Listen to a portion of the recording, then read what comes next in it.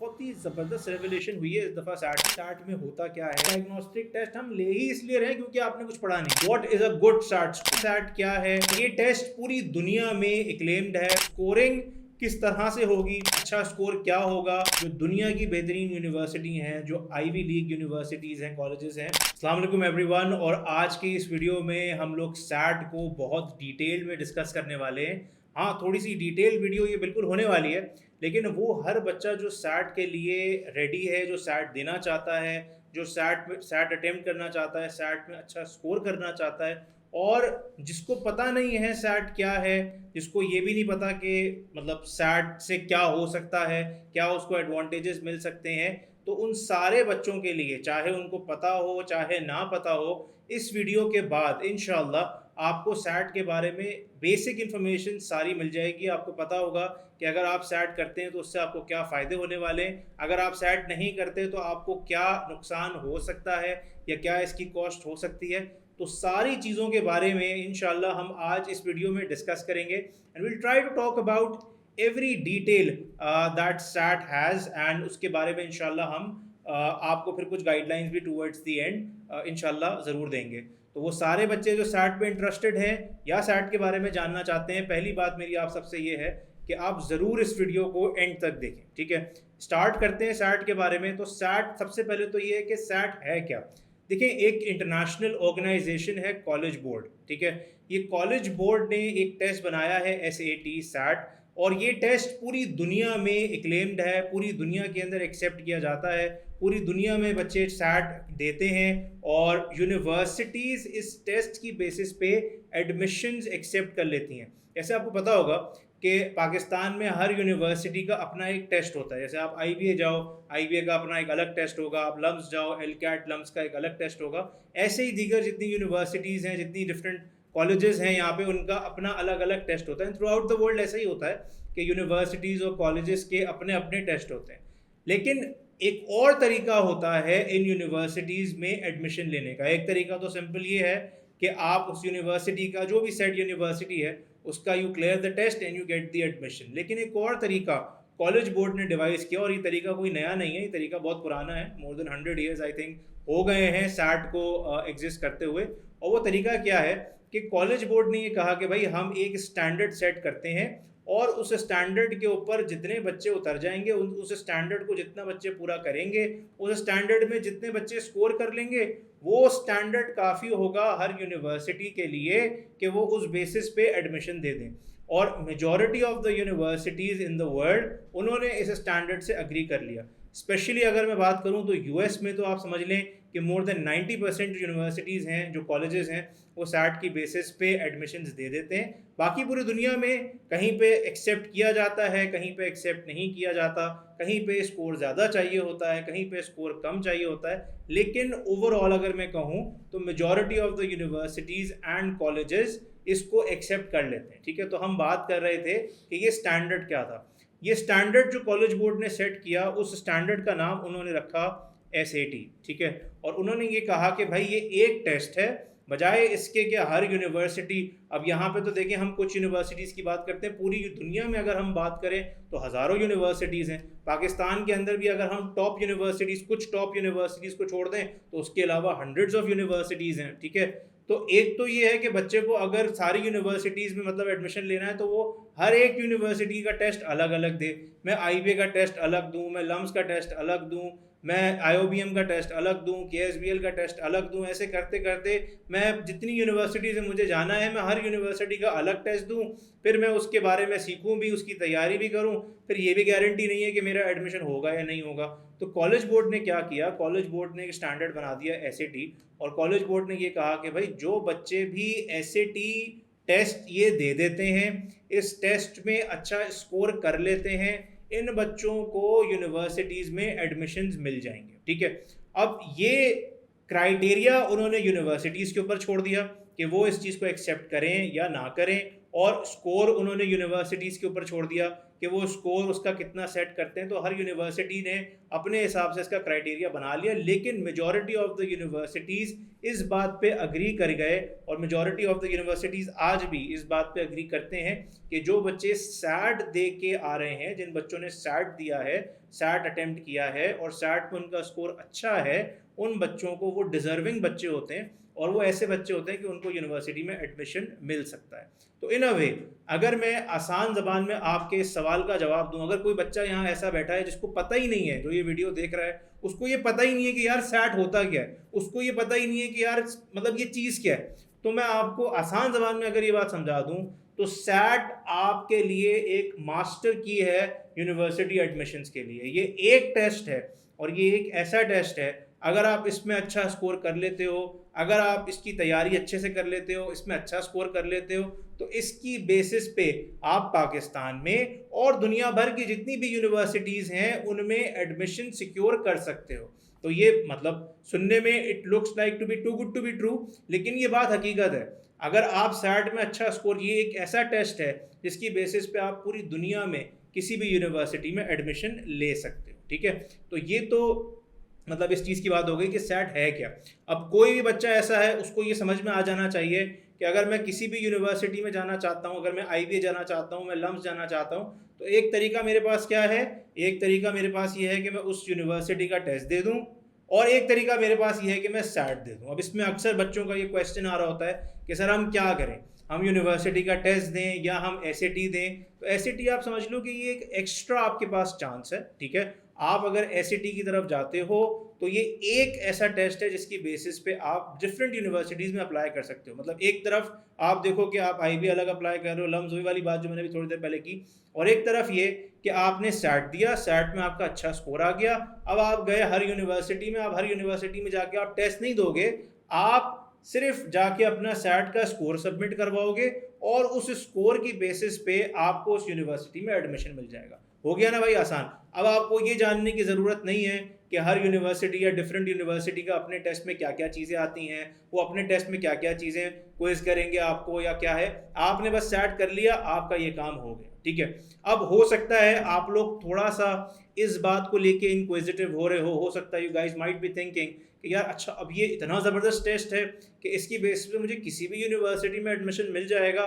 तो हो सकता है यार इसका मतलब तो ये हो कि इसमें तो बहुत सारे सब्जेक्ट होते होंगे, इसमें तो इंग्लिश भी होता होगा, मैथ भी होता होगा, फिजिक्स भी होता होगा, केमिस्ट्री भी होता होगा, साइंस भी होता होगा, लॉजिकल रीजनिंग भी होता होगा, मैथ रीजनिंग भी होता होगा, बहुत सारी चीज़ें होती होंगी। हो सकता है आप लोगों के दिमाग में ये बात चल रही हो। अच्छा, ये this brings me to my next point कि ये सैट के अंदर जो सब्जेक्ट्स हैं या जो आप ऐसे कह लो कि कंपोनेंट्स हैं जिसकी आपको तैयारी करनी है, वो कंपोनेंट्स कौन से हैं, वो सब्जेक्ट्स कौन से हैं, अब आपको ये समझने की ज़रूरत है। अच्छा, सरप्राइजिंगली हालांकि आप ये देखो तो सैट की बेसिस पे आपको साइंस यूनिवर्सिटीज़ में भी एडमिशन मिलता है, सैट की बेसिस पे आपको बिजनेस यूनिवर्सिटीज़ में भी एडमिशन मिलता है, हर तरह की यूनिवर्सिटी में आप सैट की बेसिस पे if you have a good score that is आप सैट की बेसिस पे you can claim your admission. लेकिन मज़े की बात यह है कि सैट में अगर मैं सब्जेक्ट्स पे बात करूं तो मेरे पास सब्जेक्ट्स सिर्फ 2 हैं, और वो 2 सब्जेक्ट्स कौन से हैं, एक मेरे पास है इंग्लिश और एक मेरे पास है मैथ, ठीक है। इंग्लिश को सैट में हम रीडिंग एंड राइटिंग कहते हैं और मैथ में हम लोग उसको क्वांटिटेटिव सेक्शन कहते हैं, मैथ सेक्शन भी कहते हैं, क्वांटिटेटिव सेक्शन भी कहते हैं। तो ये 2 सेक्शंस हैं प्राइमरीली जो सैट में आते हैं। अब हो सकता है कोई ये समझे कि भाई अच्छा सिर्फ इंग्लिश और मैथ आता है तो मैं तो कर लूँगा, नहीं भाई इसमें ऐसा नहीं है। मतलब इसकी बहुत डिटेल्स हैं, बहुत सारी चीज़ें इसके अंदर टेस्ट की जाती हैं, बहुत सारी डिटेल्स, और इसके अंदर मतलब बहुत सारी इसकी निटी-ग्रिटीज़ हैं जो हमें देखनी होती हैं अगर हमें ये क्लियर करना है। तो बेसिक लेवल पे अभी ऑब्वियसली मैं आपके साथ डिटेल में तो नहीं जा सकता, लेकिन अगर मैं आपको थोड़ा बहुत फिर भी इसकी ग्लिम्स दूं कि यार अगर सब्जेक्ट्स मेरे पास इंग्लिश और मैथ हैं तो इसके अंदर क्या मेरा सिनेरियो है, तो सबसे पहले अगर मैं इंग्लिश की बात करूं या मैं रीडिंग एंड राइटिंग की बात करूं तो मैं आपको परसेंटेज वाइज थोड़ा सा इसको ब्रेक करके बता देता हूं। देखो, पेपर जो बनता है सैट में, अगर आप रीडिंग एंड राइटिंग वाले पार्ट की बात करते हो तो रीडिंग एंड राइटिंग वाले पार्ट में आपके पास तकरीबन more than 50%, I would say around 54% जो पार्ट होता है वो रीडिंग का होता है और जो 46% पार्ट होता है वो तकरीबन राइटिंग का होता है, ठीक है। जो रीडिंग वाला पार्ट है, रीडिंग वाले पार्ट में सिनेरियो क्या बनता है, रीडिंग वाले पार्ट में आपकी स्किल्स रीडिंग की अच्छी होनी चाहिए, आपकी स्किल्स कॉम्प्रीहेंशन की अच्छी होनी चाहिए। You should be able to see, look at a passage and understand it. उस पैसेज को समझना बहुत ज़रूरी है, उस पैसेज के मीनिंग को समझना बहुत ज़रूरी है, वो पैसेज आपसे क्या कह रहा है ये समझना बहुत ज़रूरी है। जिस बच्चे की रीडिंग अच्छी है, जो पैसेज को अच्छी तरह से कॉम्प्रीहेंड कर सकता है, समझ सकता है, ऑटोमेटिकली वो रीडिंग वाले पार्ट में अच्छा स्कोर कर लेता है, ठीक है। हाँ, अब ये है कि जब आप सैट में आते हो रीडिंग वाले पार्ट में, तो रीडिंग वाले पार्ट में क्वेश्चन टाइप्स डिफरेंट है, ठीक है। वो क्वेश्चन टाइप समझना इतना मुश्किल नहीं है, ठीक है। उसमें क्राफ्ट एंड स्ट्रक्चर भी है, इंफॉर्मेशन एंड आइडियाज़ भी है, मतलब मेन आइडिया के क्वेश्चंस होते हैं, इन्फरेंस के क्वेश्चंस होते हैं, एविडेंस के क्वेश्चंस होते हैं, बहुत सारे डिफरेंट अगर आप क्वेश्चंस की बात करें तो उसमें होते हैं। मगर अगर आपकी in end of it self reading अच्छी है, अगर आपकी वोकैबुलरी अच्छी है, तो इन सारी चीज़ों के ऊपर आप काम कर सकते हो, ठीक है। अगर मैं थोड़ा सा राइटिंग की तरफ आऊँ, तो राइटिंग में क्या होता है कि राइटिंग में आपके पास स्कोरिंग, मतलब मैंने आपसे कहा कि 46% आपके पास राइटिंग है, इसको भी आप दो पार्ट्स में तोड़ सकते हो, ठीक है। वो दो पार्ट्स क्या हैं कि एक पार्ट इसका होता है ग्रामर बेस्ड और दूसरा पार्ट इसका होता है ट्रांजिशन बेस्ड। यानी कि एक पार्ट में तो आपको ग्रामर के रूल्स पता होने चाहिए, अगर कोई बच्चा ऐसा है जो अच्छी तरह ग्रामर के रूल्स समझ लेता है तो उसका काम इसमें हो जाएगा। और अगर कोई बच्चा ऐसा है जिसको राइटिंग यानी रेलेवेंस का पता है, यार सेंटेंसेस में मुझे रेलेवेंस किस तरह से रखनी है, किस तरह से मैंने सेंटेंस के अंदर जो अननेसेसरी चीज़ है उसको हटा देना है, तो अगर उसको ये सारी चीज़ों का पता है तो राइटिंग वाले पार्ट में इंशाल्लाह वो अच्छा कर लेगा। He can learn, she can learn and she can go towards it, ठीक है।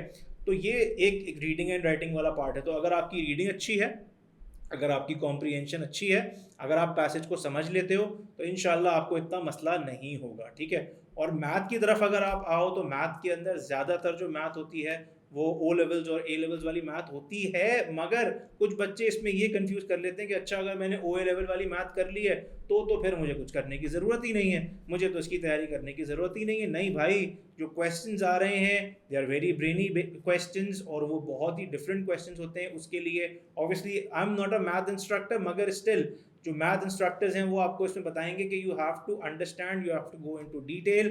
और आपके लिए ये समझना बहुत ज़रूरी है कि यार उन क्वेश्चंस के लिए क्या ट्रिक्स हैं, क्या टूल्स हैं जो आपके पास होने चाहिए अगर आपको इसमें स्कोर करना है, ठीक है। तो ये हो गई थोड़ी सी सब्जेक्ट्स के ऊपर बात। अच्छा, सब्जेक्ट्स के बाद जब हम थोड़ा सा आगे चलते हैं तो अगला जो सवाल आता है बच्चों का कि अच्छा ठीक है यार ये सब्जेक्ट तो हो गया, अब आप थोड़ा सा हमें स्कोरिंग के बारे में तो बताएं, क्योंकि असल तो गेम स्कोरिंग का है, असल जो मामला हमारे पास है वो तो स्कोरिंग का है। तो स्कोरिंग किस तरह से होगी, कैसे इसमें स्कोरिंग की जाएगी, हमें अच्छा स्कोर क्या होगा, कौन सी इसके ऐसे स्कोर है जिस पे यूनिवर्सिटीज़ हमें एडमिशन्स दे देंगी, ये सारी बातें भी तो इम्पोर्टेंट हैं। अब देखें, you have to understand one thing, और वो वन थिंग क्या है, वो ये है कि सैट का जो टोटल स्कोर बनता है वो 1600 पे बनता है, ठीक है। 1600 का क्या मतलब है कि इंग्लिश यानी जो रीडिंग एंड राइटिंग वाला पार्ट है वो 800 पॉइंट्स का होता है, और मैथ का पार्ट जो है वो अगेन 800 पॉइंट्स का होता है। तो if you score good on the reading and writing वाला पार्ट आपको 800 पॉइंट्स मिल जाएंगे, if you score good on the math वाला पार्ट आपको अगेन 800 पॉइंट्स मिल जाएंगे। This is what you have to understand, ठीक है। परफेक्ट स्कोर इसमें कहाँ तक हो सकता है, 800 तक हो सकता है। अब कितना स्कोर मेरा आता है, कितना स्कोर ऑन एवरेज आ जाता है, ये एक डिफरेंट स्टोरी है, ठीक है। अगर आप बहुत मेहनत करें, क्या इसमें मेरा परफेक्ट स्कोर आ सकता है, ये क्वेश्चन होता है sir, can I get a perfect score on the SAT? Yes you can, if you prepare well enough, if you work hard, if you know if you do all the required work, yes you can. और अगर इसमें आप near to perfect score भी ले आते हो, even अगर आप 1500 प्लस भी ले आते हो, तो ये एक अच्छा स्कोर माना जाता है। जो दुनिया की बेहतरीन यूनिवर्सिटी हैं, जो आईवी लीग यूनिवर्सिटीज़ हैं, कॉलेजेस हैं, वो यूनिवर्सिटीज़ एंड कॉलेजेस भी अगर आपका स्कोर 1520 1530 से ऊपर है तो आपको कंसिडर करने के लिए तैयार हो जाती हैं। तो इसका मतलब आपको समझ जाना चाहिए कि अगर आपका स्कोर 1400 1500 तक आ जाए तो पाकिस्तान की जो टॉप यूनिवर्सिटीज़ हैं उसमें तो एडमिशन कोई मसला ही नहीं है, ठीक है। अगर एक बच्चा ऐसा है जिसका सैट का स्कोर 1500 है, 1470 है, प्रोवाइडेड कि उसके जो पहले के क्रेडेंशियल्स हैं वो रीजनेबल हैं, ठीक है। ओ लेवल्स में ऐसा नहीं कि वो सारे डीज लेके बैठा हुआ है, मतलब ऑब्वियसली उसके पास अच्छे ग्रेड्स होने चाहिए। और हम ये एक्सपेक्ट भी करते हैं कि जो बच्चा 1470 1500 स्कोर कर रहा है एसएटी में, मतलब नेचुरली उसका जो पहले का बैकग्राउंड होगा वो भी बेहतर ही होगा, मुनासिब ही होगा। तो इस तरह के जो बच्चे होते हैं जो इस तरह का स्कोर कर लेते हैं सैट में, ऑब्वियसली उनको लोकल यूनिवर्सिटीज़ में एडमिशन तो कोई मसला ही नहीं है, ईजिली लोकली यूनिवर्सिटीज़ में उनको एडमिशन मिल जाता है। अब स्कोरिंग की जहाँ तक बात है, उसमें ये है कि अगर आप अच्छा स्कोर कर लेते हो तो अब इसके लिए आपका मतलब मैथ में नॉर्मली जो स्कोर आते हैं वो 700 750 तक आ जाते हैं। इंग्लिश में स्कोर करना रिलेटिवली थोड़ा सा मुश्किल होता है। इंग्लिश में आता है कि वर्ल्ड एवरेज जो है उसमें इंग्लिश का स्कोर जो है वो 50 पॉइंट्स कम होता है मैथ से।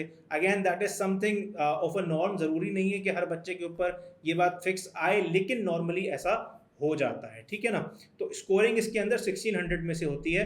कोई अच्छा स्कोर इसमें फिक्स नहीं है। ये एक बहुत कॉमन सवाल है कि यार इसमें अच्छा स्कोर होता है क्या, what is a good start score, ये एक बहुत कॉमन सवाल है। तो इसमें मैं आपको बता दूं क्लियरली कि कोई एक फिक्स स्कोर अच्छा नहीं है। रूल ऑफ थंब क्या है? रूल ऑफ थंब ये है कि जिस यूनिवर्सिटी में आपको जाना है उस यूनिवर्सिटी की जो स्कोर रिक्वायरमेंट है वो स्कोर एक अच्छा स्कोर है, ठीक है।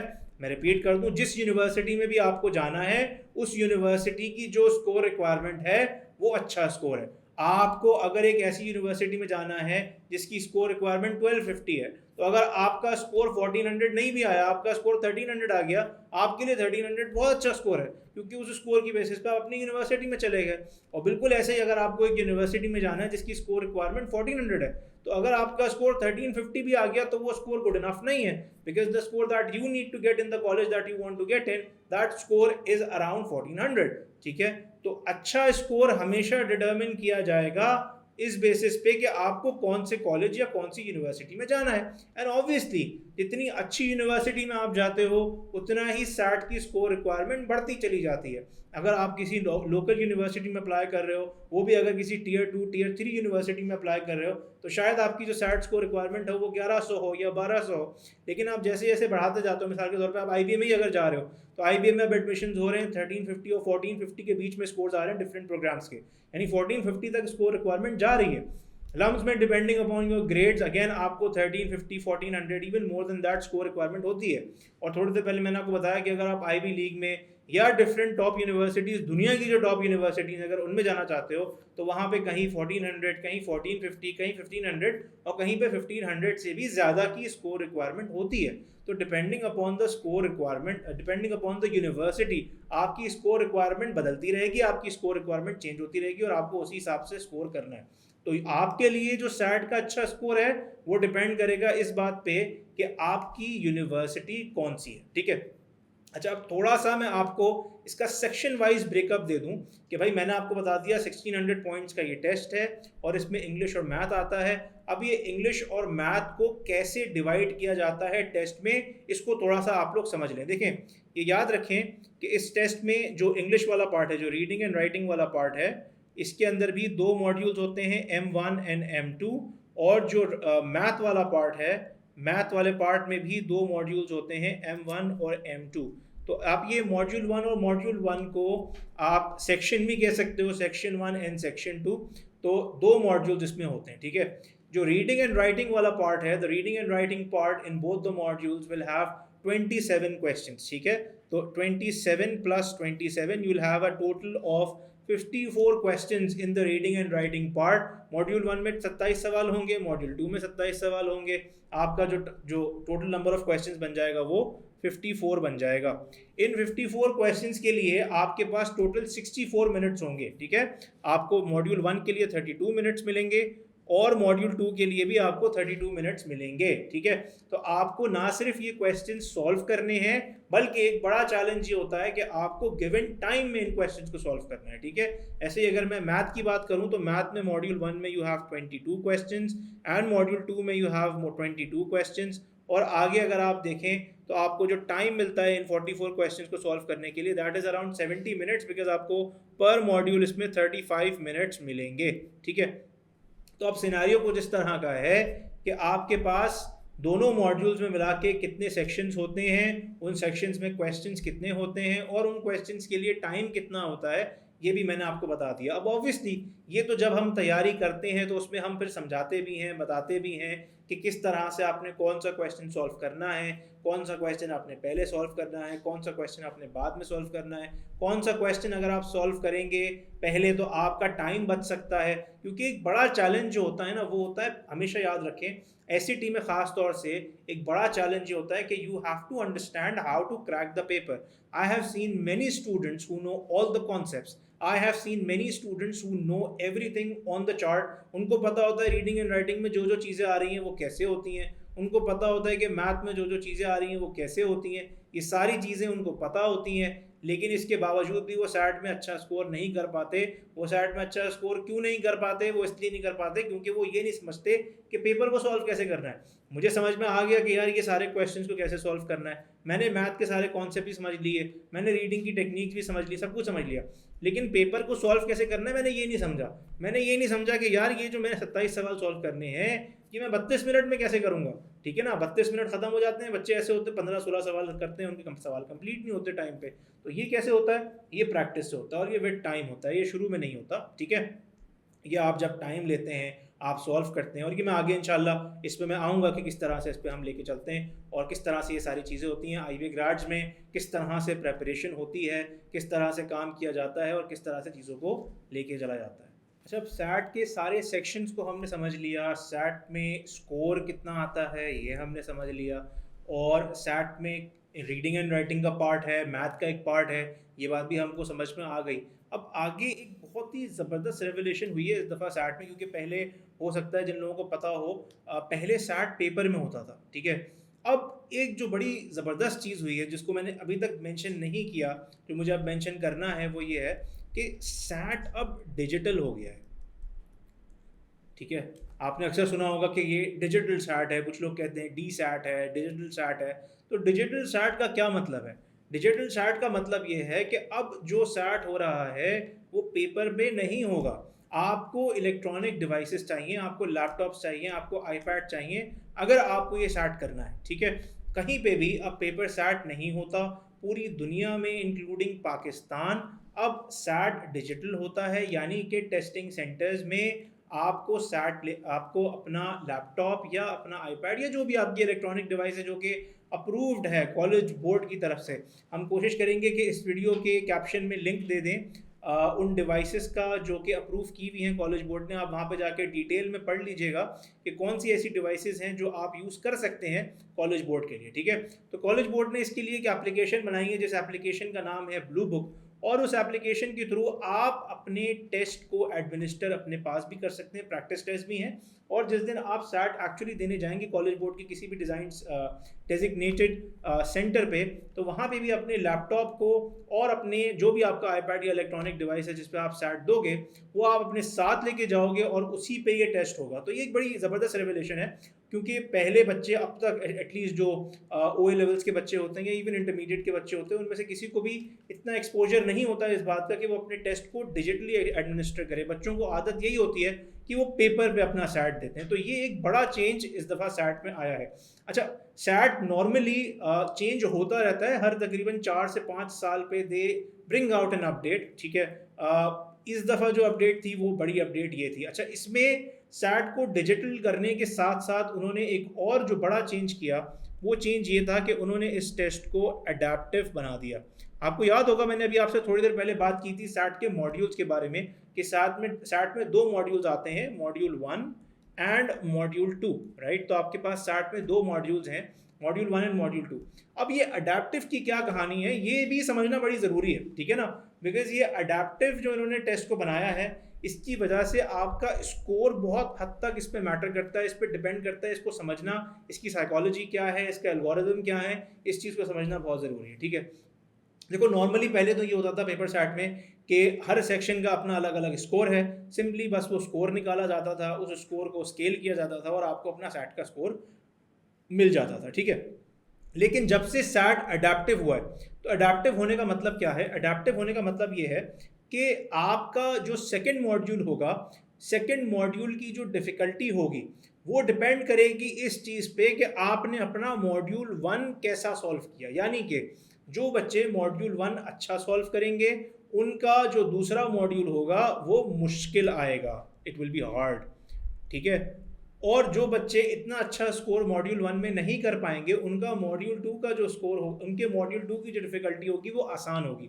अच्छा, इसमें अक्सर बच्चे कंफ्यूज हो जाते हैं कि यार हम पहला मॉड्यूल अच्छा कर रहे हैं तो हमें तो एज अ गिफ्ट दूसरा मॉड्यूल आसान मिलना चाहिए। ठीक है, ये क्या हुआ कि हम पहला मॉड्यूल भी अच्छा कर रहे हैं और अगला मॉड्यूल जो हमें मिल रहा है वो मुश्किल मिल रहा है। ठीक है, इसमें दो बातें याद रखिएगा। पहली बात तो ये कि जो मॉड्यूल हार्ड आएगा उसमें वेटेड एवरेज ज्यादा होता है। वेटेड एवरेज का मतलब क्या कि हार्ड मॉड्यूल के अगर आप रिलेटिवली कम सवाल भी सही सॉल्व करोगे in comparison to the easy second module, आपको स्कोर ज्यादा मिल जाएगा। मिसाल के तौर पे मॉड्यूल 2 में आपने 12 सवाल सॉल्व सही किए और उधर आसान मॉड्यूल में आपने शायद 15 सवाल सही सॉल्व किए, तो आपके जो 12 सवालों का स्कोर होगा वो 15 सवालों से शायद ज्यादा होगा। ठीक है, that is one thing to understand.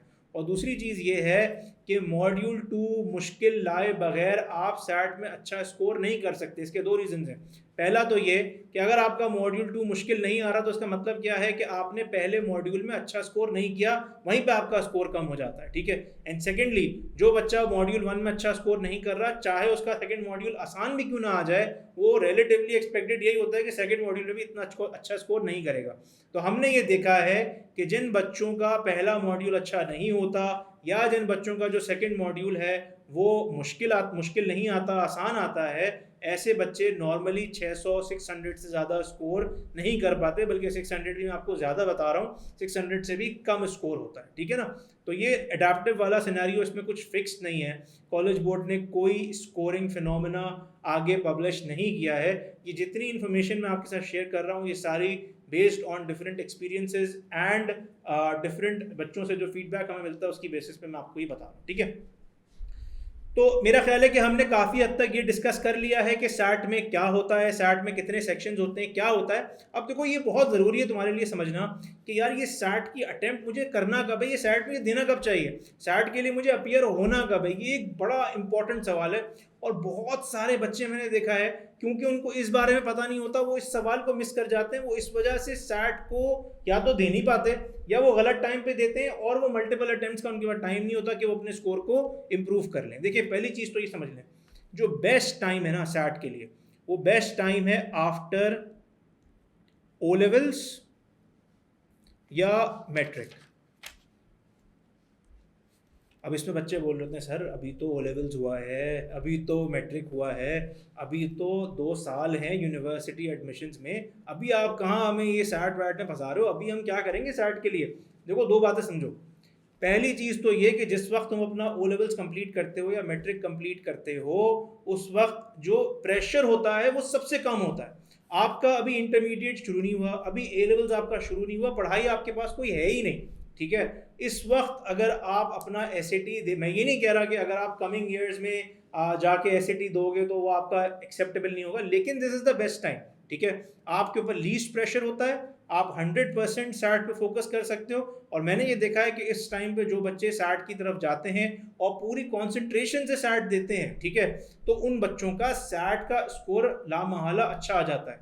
अच्छा, अब दूसरी बात फिर बच्चों के दिमाग में क्या आती है कि यार अगर हमने अभी सैट दे दिया तो अभी तो हमारे यूनिवर्सिटी एडमिशन में 2 साल पड़े हैं, तो अगर मेरे पास 2 साल बाकी हैं अभी यूनिवर्सिटी एडमिशन में, तो अभी सैट अगर मैं दे दूंगा तो क्या ये उस वक्त वैलिड होगा।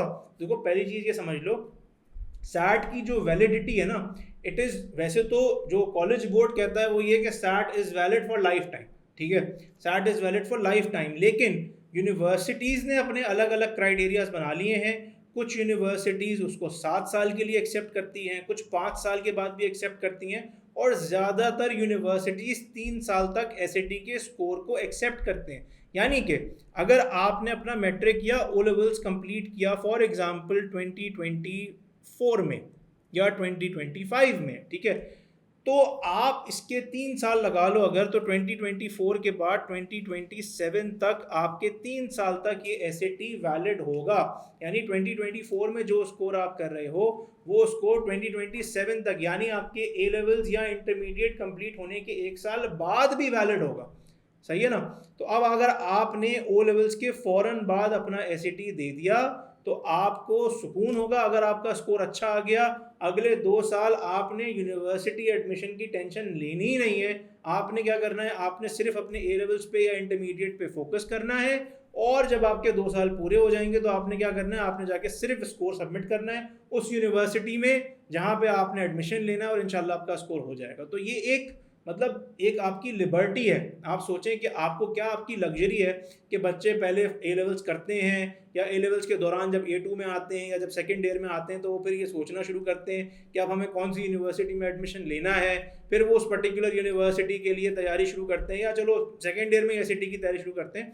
उस वक्त उन पर प्रेशर होता है पढ़ाई का, कॉलेज के साथ वो चीज़ों को मैनेज कर रहे होते हैं, 10 चीज़ें हो रही होती हैं, उस वजह से उनका SAT का स्कोर भी इम्पैक्ट होता है, उनकी पढ़ाई भी इम्पैक्ट होती है। मैं हरगिज़ ये नहीं कह रहा कि जो बच्चे इस तरह से कर रहे होते हैं उनका SAT का स्कोर अच्छा नहीं आता, नहीं, हमारे पास पता नहीं कितने बच्चे ऐसे हैं जो इस तरह से तैयारी करते हैं IB ग्रेड्स में और उनका स्कोर भी अच्छा आ जाता है, बहुत अच्छा आ जाता है। लेकिन अगर आपको बेस्ट टाइम पूछना है कि मैं कब इसकी तैयारी शुरू करूं और मैं कब SAT दूं, तो आप ज़रूर अपना SAT O लेवल और मैट्रिक के बाद दें। अच्छा, अब एक सवाल इसमें ये बन सकता है कि ये कौन से मंथ्स में होता है। पहले तो SAT सिर्फ 4-5 महीनों में होता था, लेकिन अब तो रिलेटिवली आप समझ लो कि ये पूरा साल ही तकरीबन कुछ महीनों को छोड़ के पूरा साल ही हो रहा है। यानी SAT आपके पास अगस्त में भी होगा, SAT अब सितंबर में भी हो रहा है, SAT अक्टूबर में भी होगा, नवंबर में भी होगा, दिसंबर में भी होगा, मार्च में भी होगा, मई में भी होगा और जून में भी होगा। सही है, तो that makes it around 7 to 8 months. तो 3 से 4 ऐसे महीने हैं जिनमें SAT नहीं हो रहा। कोई पता नहीं, हो सकता है इन द कमिंग टाइम हर महीने में ही SAT हो रहा हो, लेकिन अभी भी आपके पास 8 मंथ्स हैं कि आप अपने SAT कभी भी दे सकते हो। तो अगर आप अपना मैट्रिक कंप्लीट करते हो मई में फॉर एग्जांपल, या O लेवल्स कंप्लीट करते हो मई में या जून के फर्स्ट वीक में, आपके पास एम्पल अमाउंट ऑफ टाइम है कि आप अगस्त या सितंबर की तैयारी करो।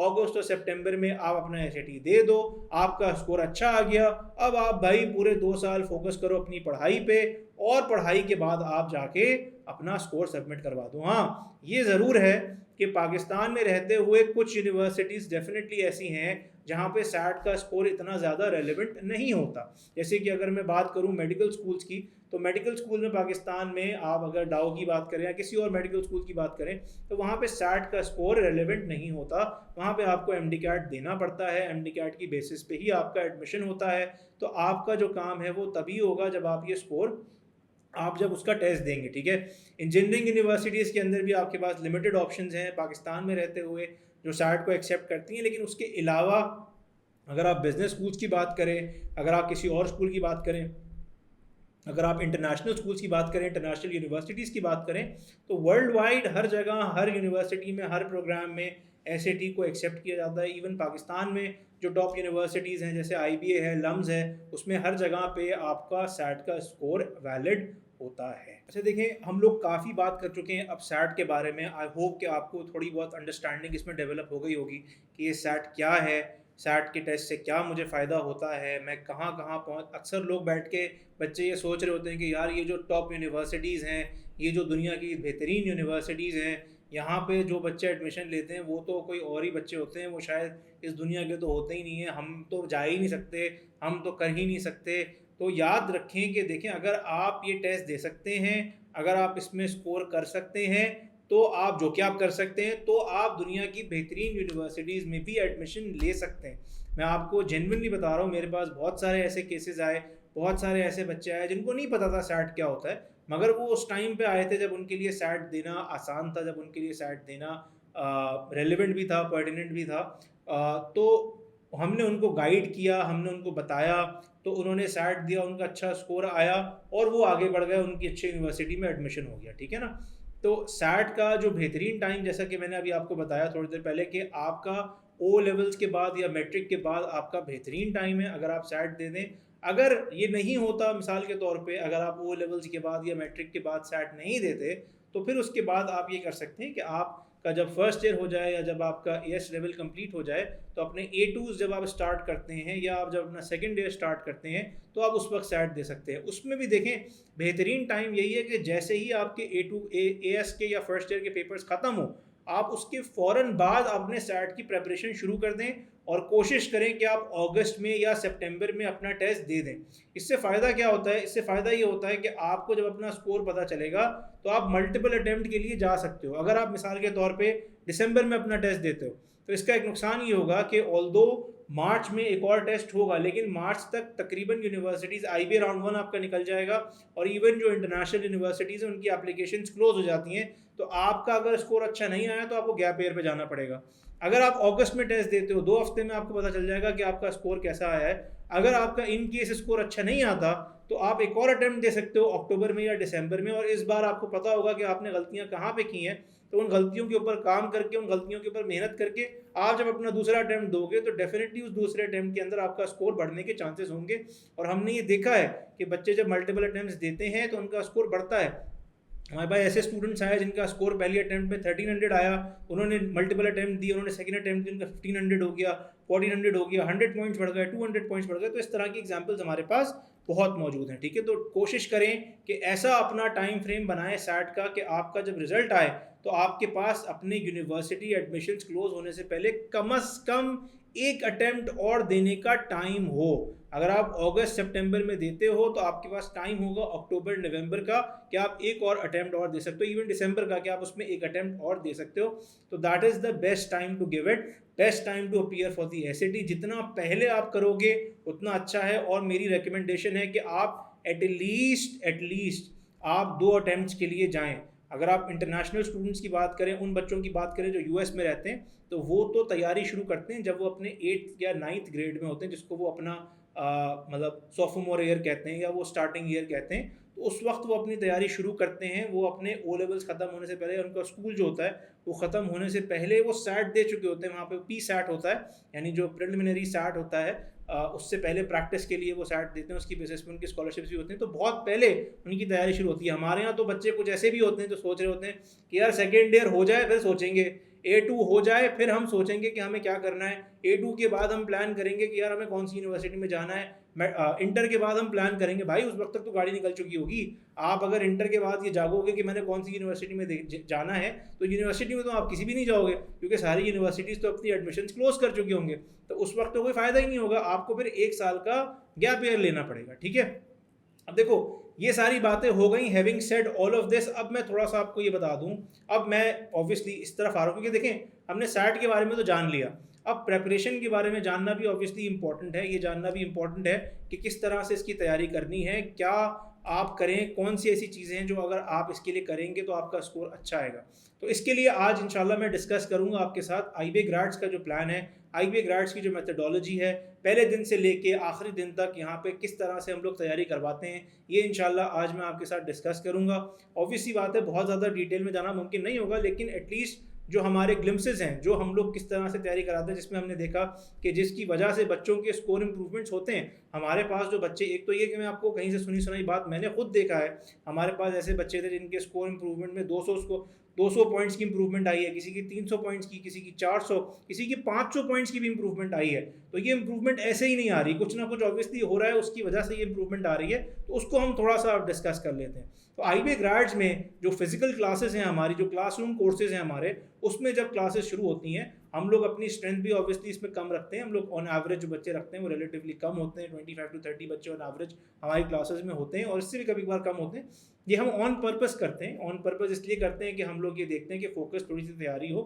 हम लोग कोशिश करते हैं इस चीज़ को कि यार हर एक बच्चे को हम कोशिश करके इंडिविजुअल अटेंशन दें। जब हमारे पास कोई भी एडमिशन लेके आता है सैट की तैयारी के लिए, तो पहला जो हम लोग काम करते हैं यहाँ पे वो होता है डायग्नोस्टिक टेस्ट। और मेरे हिसाब से, या हमारे जितनी भी टीम ऑफ इंस्ट्रक्टर्स है, हम सबका इस बात पे इत्तेफाक भी है, मशवरा भी है, we all have a consensus on this fact कि हम जो डायग्नोस्टिक टेस्ट है वो एक बहुत ही इंपॉर्टेंट टेस्ट होता है। ये टेस्ट इस फेज पे लिया जाता है जिस फेज पे बच्चे ने कुछ भी नहीं पढ़ा हुआ होता। ठीक है, अब अक्सर बच्चे इसमें ये भी सोचते हैं कि सर हमने तो कुछ किया ही नहीं है, हमने तो अभी कुछ पढ़ा ही नहीं है। जब कुछ पढ़ा ही नहीं है तो टेस्ट लेने का क्या मकसद है? तो हम यही उनको समझाते हैं डायग्नोस्टिक में कि ये डायग्नोस्टिक टेस्ट हम ले ही इसलिए रहे हैं क्योंकि आपने कुछ पढ़ा नहीं है। उसकी वजह ये है because we want to know कि आप कहाँ पे स्टैंड कर रहे हो। जब तक मुझे यही नहीं पता होगा कि बच्चा जब स्टार्ट कर रहा है तो वो कहाँ स्टैंड कर रहा है, तब तक मैं ये कैसे देखूंगा कि उसको जो स्कोर चाहिए वहाँ तक पहुँचने के लिए उसको कैसे कितनी मेहनत करनी। मिसाल के तौर पर एक ऐसा बच्चा है वो मेरे पास आता है, वो मुझे कहता है सर मुझे 1300 पॉइंट्स चाहिए, या एक बच्चा है वो मेरे पास आता है मुझे कहता है कि मुझे 1500 पॉइंट्स चाहिए। मैं ये डिटर्मिन कर ही नहीं सकता कि ये 1500 पॉइंट्स उसको कैसे मिलेंगी जब तक मुझे ये ना पता हो कि जिस वक्त वो मेरे पास आया है उस वक्त उसका स्कोर क्या है। अगर उस वक्त उसका स्कोर मिसाल के तौर पे 1100 है तो मेहनत एक अलग होगी, अगर उसका स्कोर उस वक्त 800 है या 900 है मेहनत अलग होगी, और अगर वो ऑलरेडी उस वक्त 1250 या 1300 पे है तो रिलेटिवली हो सकता है कम मेहनत के साथ भी वो अपने टारगेट स्कोर तक पहुंच जाए। तो डायग्नोस्टिक टेस्ट बेसिकली हमारा टीचर्स के लिए, हमारे जो इंस्ट्रक्टर्स हैं उनके लिए ज़्यादा इन्फॉर्मेशनल होता है कि हमें हर बच्चे के बारे में ये पता चल जाता है कि हाँ भाई इस बच्चे का टोटल स्कोर ये है, इस बच्चे का इंग्लिश का स्कोर ये है, इस बच्चे का मैथ का स्कोर ये है, ये बच्चा जो है वो इसकी जो टारगेट स्कोर है वो ये है। तो हमें बेसिकली हर बच्चे का डायग्नोस्टिक टेस्ट यानी वो जहाँ पे शुरू में खड़ा हुआ था और जहाँ वो जाना चाहता है उसके बीच में जो डिफरेंस है वो पता चल जाता है। तो पहली क्लास में टीचर को हर बच्चे के बारे में ये पता होता है कि हाँ भाई इसका स्टार्टिंग स्कोर ये है और स्टार्टिंग स्कोर के बाद इसका जो टारगेट स्कोर है वो ये है। तो अब 400 पॉइंट्स की इंप्रूवमेंट अगर इस बच्चे को चाहिए तो उसको क्या क्या मेहनत करनी पड़ेगी, फिर हम वो डिज़ाइन करते हैं। दिस इज़ द प्रोसेस जो पहली क्लास अभी हुई भी नहीं है और हम ये डायग्नोस्टिक टेस्ट लेते हैं और ये हर बैच में होता है। हर बैच में हम लोग एक डायग्नोस्टिक टेस्ट कंडक्ट करते हैं। जब अगर कोई बच्चा लेट एडमिशन भी लेता है तो उस बच्चे का भी डायग्नोस्टिक टेस्ट होता है। डायग्नोस्टिक टेस्ट के बगैर हमारी पूरी कोशिश होती है कि हम उसको क्लासेस में बैठने ना दें। ठीक है, हमारी क्लासेस स्टार्ट होती हैं, उसमें फिर हर टॉपिक के ऊपर डिटेल डिस्कशन होता है। हमारा मानना ये है कि बगैर इससे पहले कि हम प्रैक्टिस की तरफ जाएं, इससे पहले कि हम टेस्ट की तरफ जाएं, क्योंकि अक्सर लोगों को ये चीज़ उनका एक कॉन्सेप्ट होता है कि सैट में जितनी प्रैक्टिस करो उतना अच्छा स्कोर आता है, जो कि बात गलत नहीं है। लेकिन देखिए, प्रैक्टिस बगैर कॉन्सेप्ट को समझे उस टेस्ट को भी, उस क्वेश्चन को भी वेस्ट करने के बराबर है। क्योंकि मैंने अगर समझा हुआ ही नहीं है कि यार ये टॉपिक मैंने कैसे करना है, अगर मैंने ये समझा हुआ ही नहीं है कि यार इस चीज़ को मैंने कैसे करना है, तो उसका अगर मैं टेस्ट कर भी लूँ तो मुझे अगर स्कोर मुझे मिल भी जाए तो मैं कभी भी उस चीज़ को, मतलब एक रियलिटी मेरे लिए नहीं है क्योंकि मैंने पढ़ा ही नहीं है। तो पहला जो हमारा शुरू का हमारा पार्ट होता है उसमें हम ये कोशिश करते हैं कि जितने भी कॉन्सेप्ट्स हैं उनको ग्रिल किया जाए। सारे कॉन्सेप्ट्स के ऊपर हम लोग टॉपिकल जाते हैं, टॉपिकल पढ़ने की कोशिश करते हैं और वी मेक श्योर कि जितने बच्चे हैं उन सब के टॉपिकल वाइज सारी चीज़ें क्लियर हों। अगर मैं इंग्लिश की बात करूं, रीडिंग एंड राइटिंग की बात करूं, तो वी मेक श्योर कि बच्चे ग्रामर का एक एक कॉन्सेप्ट समझ लें। वी मेक श्योर कि जब वो रीडिंग की तरफ आएँ तो रीडिंग में उनको हम पहले तो बताएं कि आपने रीडिंग करनी किस लेवल की और कितनी रीडिंग करनी है। उसके बाद हम उनको ये बताएं कि आपने क्वेश्चन समझने के लिए क्या करना है, आपने कितनी मेहनत करनी है, आपने रोज़ाना कितना काम करना है। उसके बाद फिर हम लोग उन बच्चों को होमवर्क देते हैं। हमारी हर क्लास के बाद एक डेजिग्नेटेड होमवर्क होता है, यानी बच्चे अगर घर पे जाके नहीं पढ़ रहे, हमारा मानना ये है कि वो क्लास में जो भी गेन करते हैं वो उसको खो देते हैं। ठीक है, तो हर टॉपिक जो हम करते हैं उससे रिलेटेड एक होमवर्क होता है एंड ऑब्वियसली जब नेक्स्ट क्लास होती है तो उसके अंदर उस होमवर्क का डिस्कशन होता है टू मेक श्योर कि हर बच्चे की जितनी क्वेरीज हैं वो सारी क्वेरीज सॉल्व हो जाए। ये प्रोसेस चलता रहता है जब तक हम लोग अपना कॉन्सेप्ट, अपने जितना हमारा कोर्स है टॉपिक वाइज, वो कंप्लीट नहीं कर लेते। ठीक है, अच्छा, इसके अलावा आप अगर प्रैक्टिस टेस्ट के ऊपर आएँ तो अक्सर ऑब्वियसली लोग, जैसे मैंने आपसे शुरू में कहा था कि प्रैक्टिस एक बड़ी इंपॉर्टेंट चीज़ है। जब हमें लगने लगता है कि हाँ अब हमारा कोर्स टूवर्ड्स कंप्लीशन की तरफ जा रहा है या एटलीस्ट एक सब्सटैंशियल पार्ट हमने अपने कोर्स का कंप्लीट कर लिया है, तो फिर हम लोग जीटीज़ की तरफ आते हैं, जिसको हम ग्रैंड टेस्ट कहते हैं। जो हमारे प्रैक्टिस टेस्ट होते हैं वो हम लोग अपने कैंपस पे कंडक्ट करते हैं, बिल्कुल वैसे ही जैसे कॉलेज बोर्ड के किसी सेंटर पे कंडक्ट किया जाता है। हम लोग अपने बच्चों से कहते हैं कि भाई आप अपनी डिवाइसेस लेके आओ IB ग्रेड्स, आप अपनी डिवाइसेस, जो भी आपका कंप्यूटर है, आपका जो भी लैपटॉप है या जो भी आपका iPad है जिस पर आपने टेस्ट देना है, वो आप लेके IB ग्रेड्स आएँ और फिर आप उसको वहाँ पे, हम लोग एक पूरा हमारा अरेंजमेंट होता है। जैसे टेस्ट कंडक्ट किया जाता है इसमें अक्सर बच्चे हमसे कहते हैं सर हम घर पे ही टेस्ट दे देते हैं, आपको स्कोर भेज देंगे। हम मना कर देते हैं। Why? Because it's very important for us to create an environment जिसमें टेस्ट दिया जाता है कॉलेज बोर्ड के सेंटर्स में।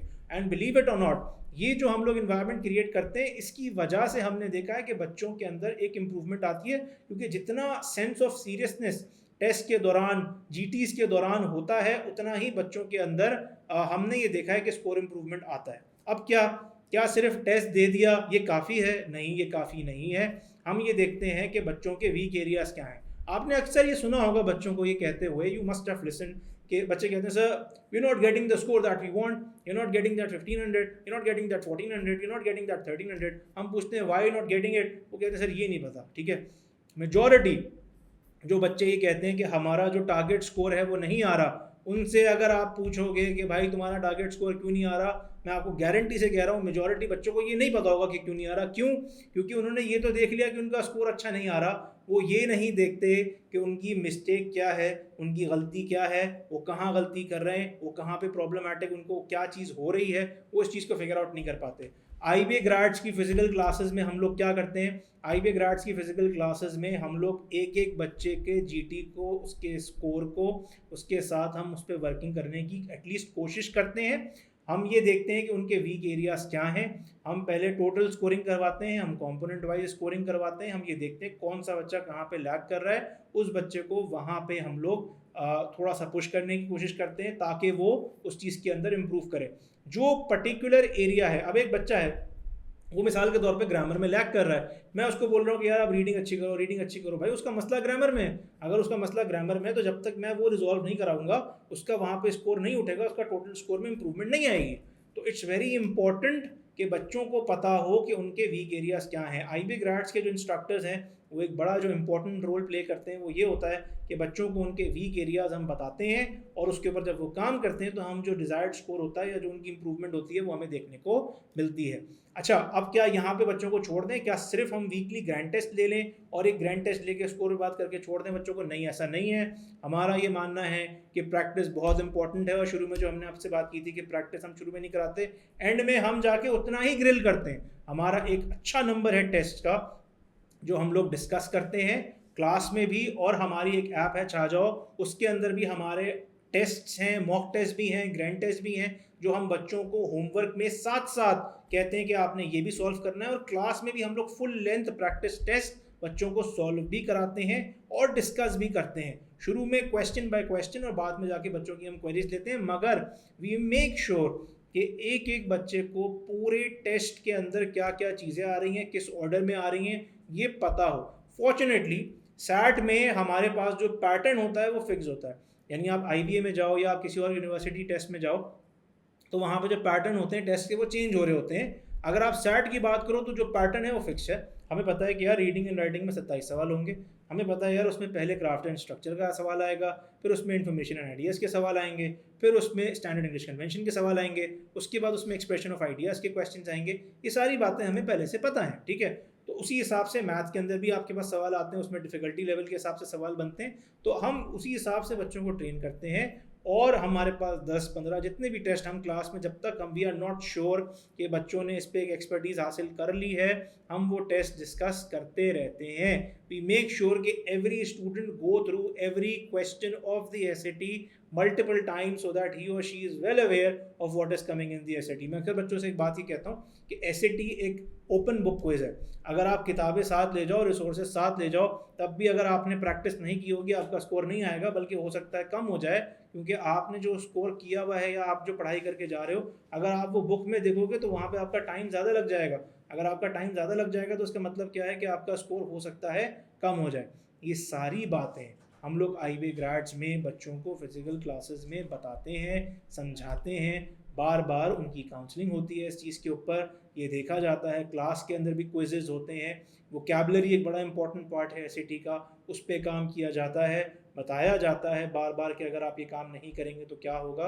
तो उसका एक इम्पैक्ट ये निकलता है जब ये सारी वर्किंग होती है, डायग्नोस्टिक से लेके सारे टॉपिक्स पे वर्किंग करने से लेके प्रैक्टिस टेस्ट के डिस्कशंस को लेके, उन डिस्कशंस के ऊपर बार बार बात करने से लेके होमवर्क जो हम देते हैं उसके ऊपर उसका डिस्कशन, ये सारी चीज़ें जब होती हैं, छा जाओ के ऊपर जब बच्चा होमवर्क सॉल्व करता है और उसमें जो क्वेश्चन उनको सॉल्व करता है, हंड्रेड्स ऑफ क्वेश्चंस हैं, थाउजेंड्स ऑफ क्वेश्चंस जब उनको सॉल्व करता है, तो हमने ये देखा है by the end of it, जब वो सारे टेस्ट सॉल्व के करके बच्चा सैट के लिए जाता है, जब सैट देने के लिए जाता है, तो मैं ये तो नहीं कहता कि वो सबसे अच्छा होता है या वो बहुत ही कोई ज़बरदस्त चीज़ बन जाता है, लेकिन हाँ ये ज़रूर है कि रिलेटिवली बहुत सारे ऐसे बच्चे जो सैट देने आते हैं उनसे प्रेपरेशन वाइज आईबीए ग्रेड्स के जो स्टूडेंट्स होते हैं वो बेहतर होते हैं, नॉट बिकॉज कि वो कोई बहुत ही इंटाइटल्ड हैं, बट बिकॉज कि उन्होंने जो काम किया है, जो मेहनत की है, वो उनको ऊपर लेके जाती है, वो मेहनत उनको उठाती है, वो मेहनत उनके लिए हेल्पिंग हैंड बनती है ड्यूरिंग देयर टेस्ट। तो ये चीज़ें बड़ी इंपॉर्टेंट होती हैं हमारे पास जब हम आईबीए ग्रेड्स में बच्चों को तैयारी करा रहे होते हैं। अच्छा, अब ये सारी बातें मैंने आप लोगों से कर ली कि आईबी ग्रेड्स में हम ये सारा काम कर रहे हैं। पहले हमने ये समझा, ऑब्वियसली मैं थोड़ा सा आपको रिव्यू भी दे दूं क्योंकि वीडियो ऑब्वियसली ये थोड़ी सी लंबी हो गई है। तो पहले हम लोगों ने ये समझा कि भाई सैट में होता क्या है, सैट में सारे कंपोनेंट्स आपको समझाने के बाद मैंने आपसे ये बात की कि आईबी ग्रेड्स में हम किस तरह से इन चीज़ों को लेके चलते हैं। तो ऑब्वियसली थोड़ा बहुत ये सवाल तो आता ही होगा दिमाग में कि यार जो इंस्ट्रक्टर्स हैं या जो टीचर्स हैं, वो टीचर्स कौन हैं, जो पढ़ा रहे हैं वो कौन है। तो यार देखें, जो हमारे पास टीचर्स आईबी ग्रेड्स में पढ़ा रहे हैं, पहली बात तो ये है कि obviously all of them are experience teachers, ठीक है। I think all of them, if most of them, if not all of them, मेरा ख्याल है 10 साल से ज़्यादा के एक्सपीरियंस तो तकरीबन तकरीबन सारे टीचर्स को अल्हम्दुलिल्लाह है, ठीक है।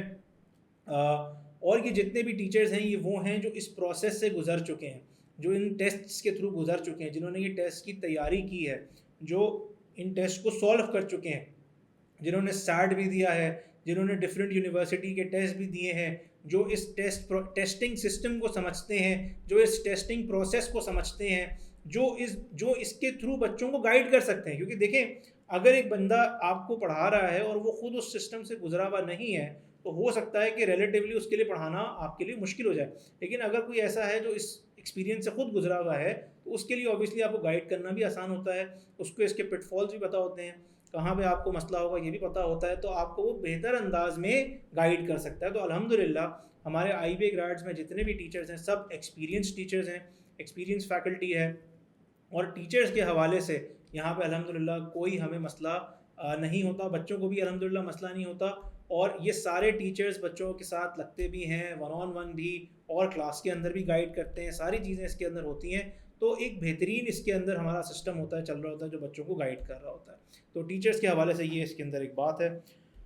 It's not only about teachers, teachers के साथ साथ जैसे मैंने अभी आपको पूरा सिस्टम गाइड किया था कि हम लोग डायग्नोस्टिक टेस्ट से लेके एंड तक किस तरह से लेके आते हैं, तो उसके अंदर देखें एक बहुत इंपॉर्टेंट जो रोल होता है ना, वो एडमिन का रोल होता है। अल्हम्दुलिल्लाह मैं मतलब इसमें ये तो नहीं कहूँगा कि मैं बहुत कोई तारीफ़ कर रहा हूँ या वो, लेकिन अल्हम्दुलिल्लाह मैं कॉन्फिडेंस से ये चीज़ कह सकता हूँ कि हमारी जो एडमिन है वो एडमिन टीचर्स को बारहा सपोर्ट भी करती है, बच्चों को भी सपोर्ट करती है। और हम लोगों ने ये चीज़ देखी है कि जब क्लासेस ख़त्म होती हैं और जब फीडबैक आता है, तो बच्चे खुद कह रहे होते हैं कि वाकई अगर ये एडमिन टीम नहीं होती, अगर ये लोग नहीं होते, अगर ये हमें जिस तरह से इन्होंने सपोर्ट किया, ये सपोर्ट नहीं करते, तो शायद हम जहाँ पहुँचें, जहाँ हम लोगों ने मतलब स्कोर किया और जो हमारी इम्प्रूवमेंट हुई, शायद ये इम्प्रूवमेंट हमारी ना होती, ठीक है। तो मुस्तकिल जब बच्चा एडमिशन ले लेता है तो डायग्नोस्टिक टेस्ट से लेके एंड तक एडमिन इन्वॉल्व होती है मुस्तकिल। अगर कोई बच्चा, हमारी पॉलिसीज़ हैं, अगर कोई बच्चा लेट आ रहा है, अगर कोई बच्चा टेस्ट में नहीं आ रहा, अगर कोई बच्चा होमवर्क नहीं कर रहा, तो पेरेंट्स को फ़ौरन इन्वॉल्व किया जाता है, पेरेंट्स को कॉल की जाती है। Admin is always on it's toes, admin को ये पता होता है, ट्रैकिंग हो रही होती है कि भाई कौन सा बच्चा है जो क्लास नहीं ले रहा, कौन सा ऐसा बच्चा है जो टेस्ट नहीं दे रहा। अगर कोई बच्चा टेस्ट नहीं दे रहा, फ़ौरन उसके घर पे कॉल होती है, पेरेंट्स को इन्फॉर्म किया जाता है, बताया जाता है कि यार आपका बच्चा टेस्ट नहीं दे रहा, ताकि पेरेंट्स को पता हो, parents are on the same page.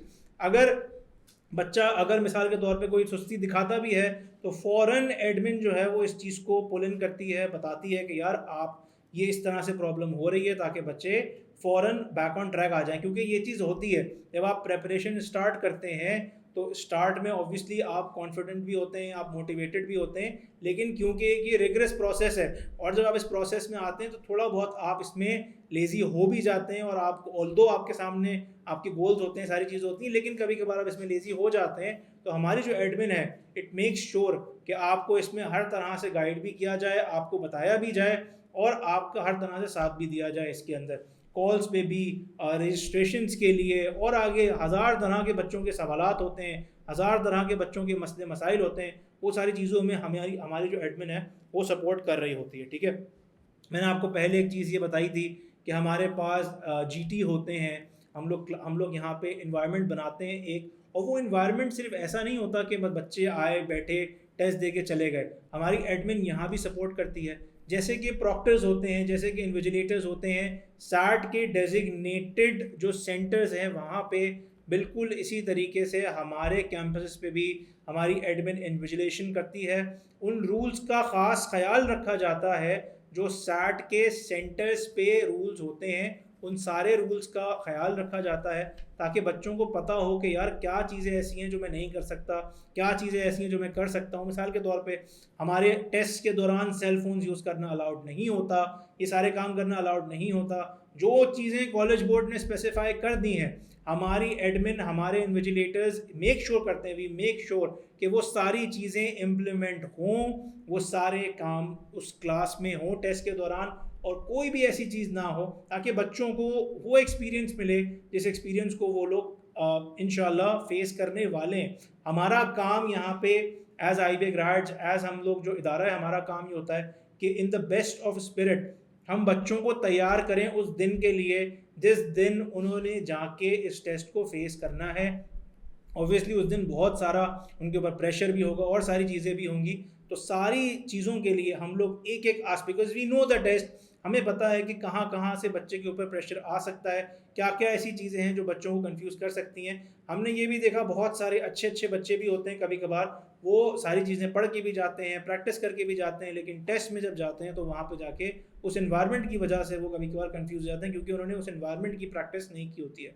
तो वी मेक श्योर कि 6-7 जितने भी टेस्ट हैं हम वो इन्वायरमेंट क्रिएट करें और उसमें उन बच्चों को बिठाएं और उसके अंदर उनका टेस्ट लें ताकि वो इस चीज़ को फेस करने की उनको आदत हो और जब वो टेस्ट में जाएं तो उनको कोई प्रॉब्लम ना हो। ठीक है, इसके बाद हमने जैसे कि आपको बताया कि छाजों पे भी हमारे पास टेस्ट होते हैं, तो हमारा एक बहुत ही रिगरस रिपोर्टिंग सिस्टम है। ठीक है, वो रिगरस रिपोर्टिंग सिस्टम क्या है कि जब भी ये GT होते हैं, जब भी ये टेस्ट होते हैं, जब प्रैक्टिस टेस्ट होते हैं, वीकली टेस्ट होते हैं, वी मेक श्योर, या बच्चा अगर छाजों पे कोई टेस्ट दे रहा है हमारी एप्लीकेशन पे, तो हम लोग वीकली रिपोर्ट्स जनरेट करते हैं या टेस्ट वाइज रिपोर्ट जनरेट करते हैं। वी मेक श्योर कि हर टेस्ट, हर GT, हर प्रैक्टिस टेस्ट की एक रिपोर्ट जनरेट हो, वो रिपोर्ट उसी वक्त बर वक्त टीचर के पास पहुंचे, जो भी इंस्ट्रक्टर है उसके पास पहुंचे, और जो भी अगली क्लास है उसमें उन स्कोर्स को डिस्कस किया जाए, उन स्कोर्स पे बात की जाए। जिन बच्चों का स्कोर अच्छा है वो मज़ीद कैसे इम्प्रूव कर सकते हैं उनको ये बताया जाए। जिन बच्चों का, the students who are not scoring well, वो क्यों अच्छा स्कोर नहीं कर रहे, वो क्या उनकी प्रॉब्लम्स हैं, कहाँ पे वो मिस्टेक कर रहे हैं, जो मैंने शुरू में डिस्कस किया था, वो उनको बताया जाए। तो ये एक रिपोर्टिंग सिस्टम हमने एक डिज़ाइन किया हुआ है जो कि ऑब्वियसली एडमिन और टीचर्स की वजह से ही चलता है, उनकी कोलैबोरेशन से ही चलता है। तो अल्हम्दुलिल्लाह हमारी जो एडमिन है वो एक बेहतरीन अंदाज में टीचर्स के साथ कोलैबोरेट करती है, और ये जो रिपोर्टिंग सिस्टम है, जो टेस्टिंग सिस्टम है, टेस्टिंग सिस्टम का जो रिपोर्टिंग सिस्टम है, उसको बेहतरीन अंदाज में इम्प्लीमेंट और एग्जीक्यूट करती है। क्योंकि देखिए कॉमन गोल है टीचर्स का, एडमिन का, पेरेंट्स का, स्टूडेंट्स का कॉमन गोल है, और वो कॉमन गोल क्या है कि टेस्ट का जो स्कोर है यार उसको मैक्सिमाइज करना है कुछ भी करके। टेस्ट का जो स्कोर है ना, ये बच्चा अगर हमारे पास 800 पॉइंट्स पे आया है, 1000 पॉइंट्स पे आया है, 1100 पॉइंट्स पे आया है, तो इस बच्चे को हमने 1300 पे कैसे लेके जाना है, इस बच्चे को हमने 1400 पे कैसे लेके जाना है, इस बच्चे का स्कोर 1500 पे कैसे जाएगा, ये सारी बातें इसके लिए, इस गोल को अचीव करने के लिए है। ठीक है ना, और ना सिर्फ ये गोल अचीव होगा बल्कि इसके बाद हम लोग अगर समझते हैं तो हमारे यहाँ 1-on-1 काउंसलिंग सेशंस भी होते हैं। अगर मुझे ऐसा लग रहा है कि एक बच्चे को मैंने क्लास में समझा दिया और सारी चीज़ें मैंने कर ली, जो हमारे प्रोसेस एक पूरा सिस्टम बना हुआ है, उस सिस्टम के थ्रू जितनी चीज़ें मुझे करनी थी, जितने मेरे प्रोटोकॉल्स थे, मैंने वो सारे फॉलो कर लिए। उसके बाद भी अगर हम ये समझते हैं कि बच्चे स्ट्रगल कर रहे हैं, कोई ऐसा बच्चा है वो स्ट्रगल कर रहा है, कभी कभार बच्चे खुद आके हमसे पूछ लेते हैं, खुद हमें मैसेज कर देते हैं, और एट टाइम्स हम लोग खुद इस चीज़ को आइडेंटिफाई कर लेते हैं। हमारी टीचर्स की भी मीटिंग होती है, हम लोग टीचर्स भी बैठते हैं, इस चीज़ को डिस्कस करते हैं, यार कौन सा ऐसा बच्चा है जो प्रॉब्लम जिसको हो रही है, लग रहा है अपेरेंटली जो स्ट्रगल कर रहा है, तो उससे हम लोग 1-on-1 काउंसलिंग सेशंस करते हैं। उन सेशंस के अंदर उन बच्चों से हम बात करते हैं, उनसे हम डिस्कस करते हैं कि यार किस तरह से आपने आगे बढ़ना है। कभी कभार वो बच्चे फंसे हुए होते हैं, उनको नहीं समझ आ रहा होता, वो बात भी नहीं करना उनको समझ आ रहा होता, कैसे हम टीचर से डिस्कस करें। तो ये छोटी छोटी चीज़ें, थोड़े बहुत एफर्ट्स होते हैं और ये बच्चों को आगे ले जाते हैं। ज़रूरत पड़ने पर हम लोग पेरेंट टीचर मीटिंग भी कर लेते हैं अगर कभी नीडेड होती है, जहाँ पे हम पेरेंट्स को कॉल पे नहीं बल्कि फिजिकली बुला के कैंपसेस पे अपने बुला के हम लोग बात करते हैं और उनको हम समझाते हैं कि यार ये सारे पिटफॉल्स हैं, ये सारे काम आपका बच्चा नहीं कर रहा है, अगर आप ये नहीं करवाएंगे, अगर ये स्टूडेंट इस तरह से ये सारी चीज़ें नहीं करेगा तो इसका स्कोर नहीं आएगा, specially towards the end of the course, जब 2 हफ्ते 3 हफ्ते रह जाते हैं, 1 महीना रह जाता है, हमें पता होता है कि यार ये सारी चीज़ें अब ज़रूरी हैं, इसके बगैर स्कोर नहीं आएगा, तो पेरेंट्स से बुला के भी ये सारी चीज़ें डिस्कस की जाती हैं। और हमारी क्योंकि क्लासेस को नहीं है, हमारी गर्ल्स और बॉयज़ की क्लासेस सेपरेट होती हैं, वी मेक श्योर कि उसके अंदर हम वैल्यू डिलीवर करें, फोकस डिलीवर करें और उसके अंदर हमारी पढ़ाई के ऊपर ही मेजर फोकस हो, ठीक है, पढ़ाई के ऊपर हमारा मेजर फोकस हो। और देखें ये सारी जो चीज़ें मैंने आपको बताई हैं, ये सारे जो हम काम कर रहे हैं सैट के हवाले से IBA ग्रेड्स में, उसी का ये नतीजा है। और हम आगे देख रहे हैं, आगे इंशाल्लाह मज़ीद इम्प्रूवमेंट भी होने वाली है, क्योंकि देखें किसी भी चीज़ के अंदर हम जितना भी काम कर लें, असल चीज़ तो देखें यही होती है कि रिजल्ट्स क्या हैं, ठीक है। अक्सर लोग आके प्रोसेस इतना नहीं समझ पाते, उनको नहीं पता होता कि इंटरनली क्या क्या चीज़ें चल रही हैं, इसीलिए हम यहाँ पे आपको बता रहे हैं। लेकिन अक्सर लोग ये नहीं देख रहे हो तो उनको ये होता है कि रिजल्ट्स क्या हैं। तो रिजल्ट्स भी अल्हम्दुलिल्लाह, मैंने आपको जैसे शुरू में इम्प्रूवमेंट की बात की थी, देखिए सैट में इंपॉर्टेंट जो है ना, टोटल स्कोर तो है, लेकिन टोटल स्कोर के साथ ये समझना और देखना भी बहुत ज़रूरी है कि हमारी इम्प्रूवमेंट कितनी आई है। तो मैं टोटल स्कोर पे आता हूँ, लेकिन पहले मैं आपको बता दूँ कि हमारे पास मल्टीपल स्टूडेंट्स ऐसे हैं जो हमारे पास 200 पॉइंट्स की इम्प्रूवमेंट ले लेते हैं। 200 पॉइंट्स की इम्प्रूवमेंट की तो हम बल्कि गारंटी देते हैं, हमारे पास ये मनी बैक गारंटी प्रोग्राम है कि अगर आपकी 200 पॉइंट्स से इम्प्रूवमेंट ना हो तो आपकी जो फीस है वो हम रिफ़ंड कर देते हैं। लेकिन ऑब्वियसली उसमें कुछ टर्म्स एंड कंडीशंस हैं, कुछ चीज़ें हैं जो हम चाहते हैं कि आप करें, अगर वो चीज़ें ऑब्वियसली आप फॉलो नहीं करोगे तो फिर आपका स्कोर नहीं आएगा। और ये हमने देखा है कि हमारी मुशाहिदा है हमारा कि जो बच्चे हमारी जो चीज़ें क्लासेस पूरी ले रहे हैं, होमवर्क कर रहे हैं, चाचाओं के टेस्ट सॉल्व कर रहे हैं, प्रैक्टिस टेस्ट सॉल्व कर रहे हैं, GT कर रहे हैं, उन बच्चों का 200 पॉइंट से इम्प्रूवमेंट तो लामाला वैसे ही हो जाती है। लेकिन हमने ये देखा कि 400 पॉइंट्स की भी है, 500 पॉइंट्स की भी है और इससे ज़्यादा की इम्प्रूवमेंट भी अल्हम्दुलिल्लाह हमारे पास हैं। और इसके बाद हमने ये चीज़ देखी है कि हमारे पास जो टोटल स्कोर्स हैं, अब आ जाएँ जो मतलब इम्पॉर्टेंट बात है वो ये है कि हमारे पास जो 60 में टोटल स्कोर्स हैं उसमें 1500 के भी मल्टीपल स्कोर्स हैं। हमारे पास जो 1400 पे अगर आप आएँ तो 1400 प्लस तो मतलब लाइन लगी हुई है, वो तो बहुत ही स्कोर्स हैं। हमारे पास मल्टीपल स्टूडेंट्स हैं, यानी टेंस ऑफ स्टूडेंट्स हैं, बहुत सारे स्टूडेंट्स हैं जिन्होंने 1400 प्लस स्कोर किया है, and we have a lot of students जिन्होंने 1500 स्कोर भी किया है। हमारे पास आई थिंक 5 या 6 हमारे पास और मतलब बहुत सारे ऐसे स्टूडेंट्स हैं जिन्होंने मैथ में परफेक्ट स्कोर किया है। और हमारे पास कुछ बच्चे आई थिंक ऐसे भी हैं जिन्होंने इंग्लिश में भी परफेक्ट यानी इंडिविजुअली परफेक्ट स्कोर किया है। तो ये सारे रिजल्ट्स भी हैं।